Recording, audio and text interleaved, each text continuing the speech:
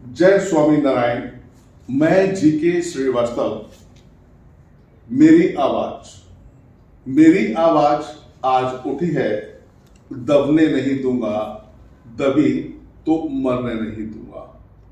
पर आप यहां पर अचंभे में ना पड़े। यहां पर ना आवाज दबने की बात है और ना ही आवाज को जोर से बोलने की बात है, क्योंकि आज हमारे मध्य हैं स्वामी हरि कृष्ण स्वामी नारायण गोकुल धाम नार से। जय स्वामी नारायण। जय स्वामी। जय स्वामी। जैसा सुना है संत समागम और उसका सार, आज हम स्वामी जी से जानेंगे। स्वामी जी, लोग अब चरणों को नहीं चमत्कारों को प्रणाम करते हैं। ऐसा मैं यूं नहीं बोल रहा, हम सब लोग जानते हैं और कहते भी हैं चमत्कार को नमस्कार। आज के धर्म में बढ़ता अंधविश्वास कई हद तक हमारे धर्म को मैला कर रहा है। यही बात हम अब स्वामी जी से जानेंगे। स्वामी जी, हमारे सनातन धर्म में, हिंदू धर्म में बहुत तरह के संत हैं, बहुत तरह के संप्रदाय हैं,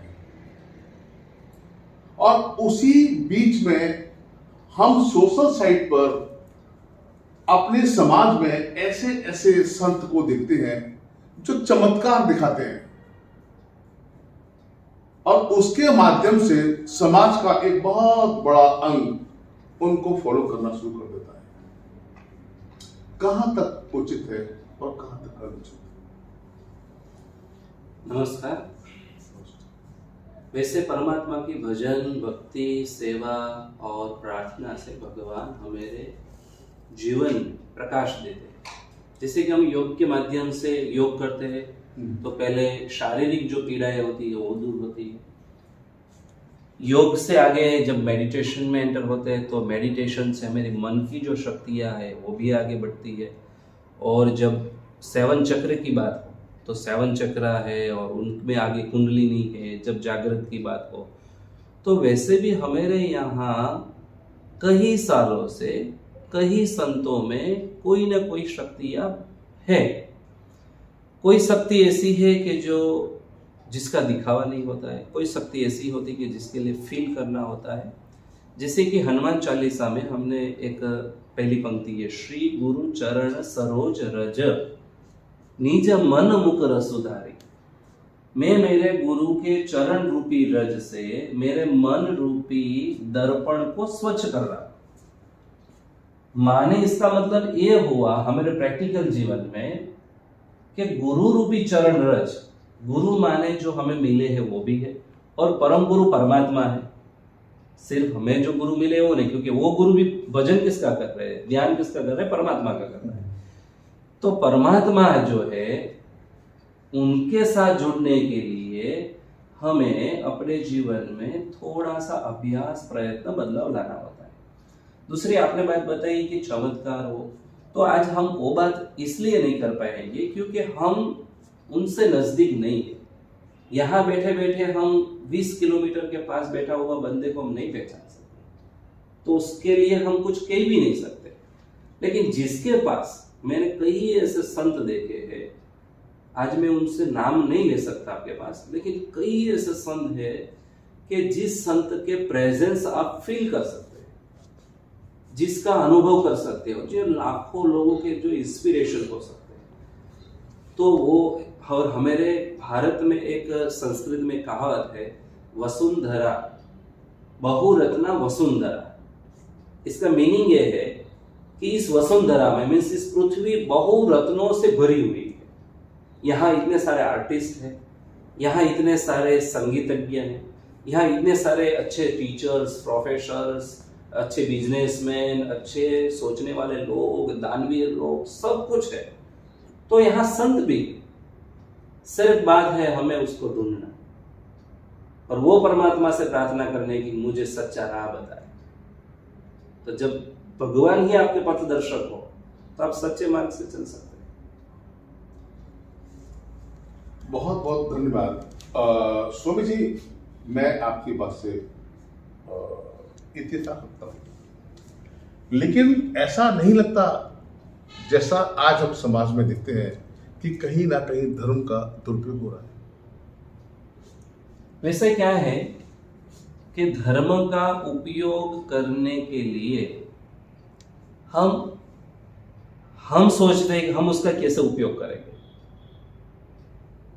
जैसे कि कई बार आपने देखा होगा कि जिसे रुद्राक्ष हमारे लिए रिस्पेक्ट है तो हम रुद्राक्ष को पहनते हैं, रुद्राक्ष की माला पहनाते हैं।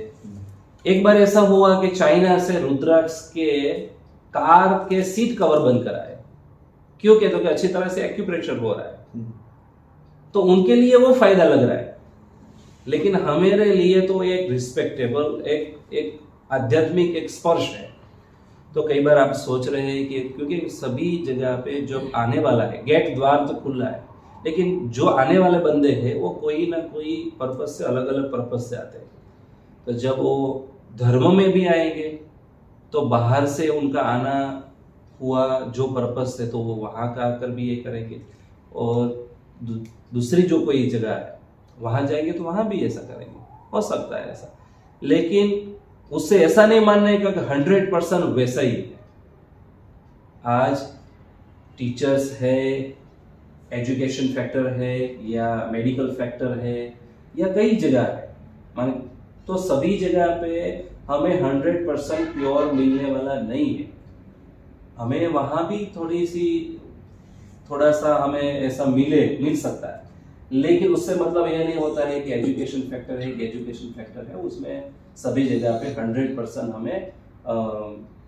हमें सेटिस्फेक्शन ना हो। समाज में रहकर मेरे मन में आता है कि मैं आपसे पूछूं, फिर सही संत की क्या पहचान है? सही संत की पहचान बहुत अच्छा आपने बताया श्रीवास्तव जी। हम जब परदेश भी जाते हैं, शैलेश भाई के साथ होते हैं अमेरिका, तो उसी समय भी कई बार ऐसी बात होती है। संत वो है कि जो अपने में ना जुड़े, परमात्मा में जुड़े, और परमात्मा ने जो बताया हुआ जो मार्ग है, माने हम परमात्मा के बच्चे हैं, जीव प्राणी मात्र परमात्मा का बच्चा है, माने उसके वो क्रिएटर है और हम उसके बाद बने हुए हैं, तो उसकी संभाल रखने हमारी जिम्मेवारी है। और वो जिम्मेवारी जो समझे वो संत, जैसे कि प्रकृति की रक्षा करना, जीव प्राणी मात्र की रक्षा करना, उसके लिए मदद करना, तो सिंपैथी, हमारे वहां इंग्लिश में 2 वर्ड्स है, सिंपैथी और एम्पैथी। तो सिंपैथी जो है वो समान अनुभूति होनी चाहिए। आज किसी को दर्द है, मुझे भी दर्द होना चाहिए। एम्पैथी ये है कि मैं उसकी जगह पे रख दूं, कि आज कोई मजदूर है, कोई जगह पे काम कर रहा है, तो मैं सेल्फ को सोचूं कि आज तू मजदूर है और तुझे वहां जाकर काम करना पड़ेगा, तुझे कैसा लगेगा? तो दोनों में थोड़ा डिफरेंट है। तो आज दोनों हमारे साथ हो, और जो संत ऐसे भाव के साथ और लोगों को भी इसमें जोड़े, तो वो संत ज्यादा लोगों को मदद भी कर सकते हैं, और परमात्मा से जुड़कर सेवा भावना सत्संग हो तो वो संत से काफी बदलाव समाज में हो सकते हैं। बहुत ठीक कहा स्वामी जी। एक और, आज के युग में और आज की बढ़ती राजनीति तंत्र में हम देखते हैं, राजनीति और धर्म, या कहे धर्म और राजनीति एक दूसरे का पर्यायवाची से लगता है, उसको आप कैसे? आपने प्रश्न तो बहुत गहरा पूछा है। इसमें मेरा थोड़ा सा अनुभव ऐसा कह सकता हूँ कि बहुत ज्यादा नहीं है, लेकिन अभी का जो हमारे राजपुरुष है, माने माननीय नरेंद्र भाई मोदी, उसके लिए हम सभी संत उसके लिए प्रार्थना भी करते हैं, उनके स्वास्थ्य के लिए, उनके लिए हमें रिस्पेक्ट भी है। वो इसलिए है कि वो धर्म के साथ जुड़े हुए इसलिए नहीं, उसके माँ बाप, उनके पिता, उनके परिवार से, सब धर्म से पहले से ही जुड़े हुए हैं, आज से जुड़े ऐसा नहीं है। क्योंकि जैसे हमारे बच्चों को कुछ सिखाना हो तो हमारे वहाँ पोते, दादा दादी सब कुछ पहले करते होते, तब जाकर पोते सब सीखते हैं।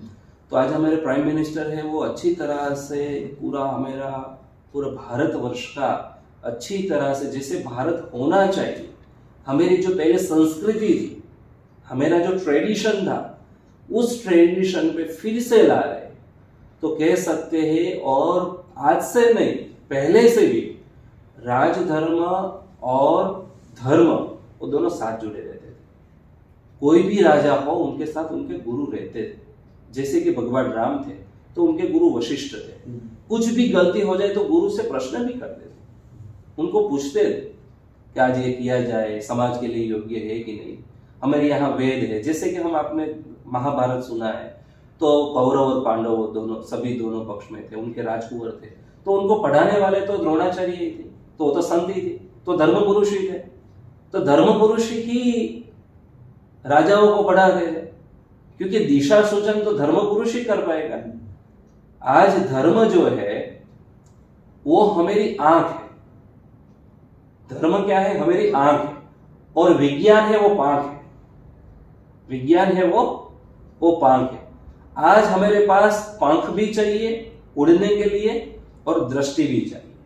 विदाउट दृष्टि बर्ड्स कहीं पे भी गिर सकता है, कहीं पे भी ठुकरा सकता है, और सिर्फ दृष्टि हो और पंख ना हो तो हम चल नहीं सकते। जैसा कृष्ण भगवान ने गीता में कहा है, कर्मण्डे वाधिकारस्ते मां फलेषु कदाचन। कर्म ही प्रधानता है। हम कर्म और धर्म को किसको प्रधान माने, धर्म या कर्म? संस्कृत में एक सुभाषित है, नहीं सुप्तस्य सिंहस्य प्रविशन्ति मुखे मृगा। माने सोया हुआ सिंह भी यदि प्रयत्न नहीं करेगा तो स्वयं मृग उसके मुंह में नहीं जाएगा, तो उसको दौड़ना पड़ेगा, उसको भागना पड़ेगा।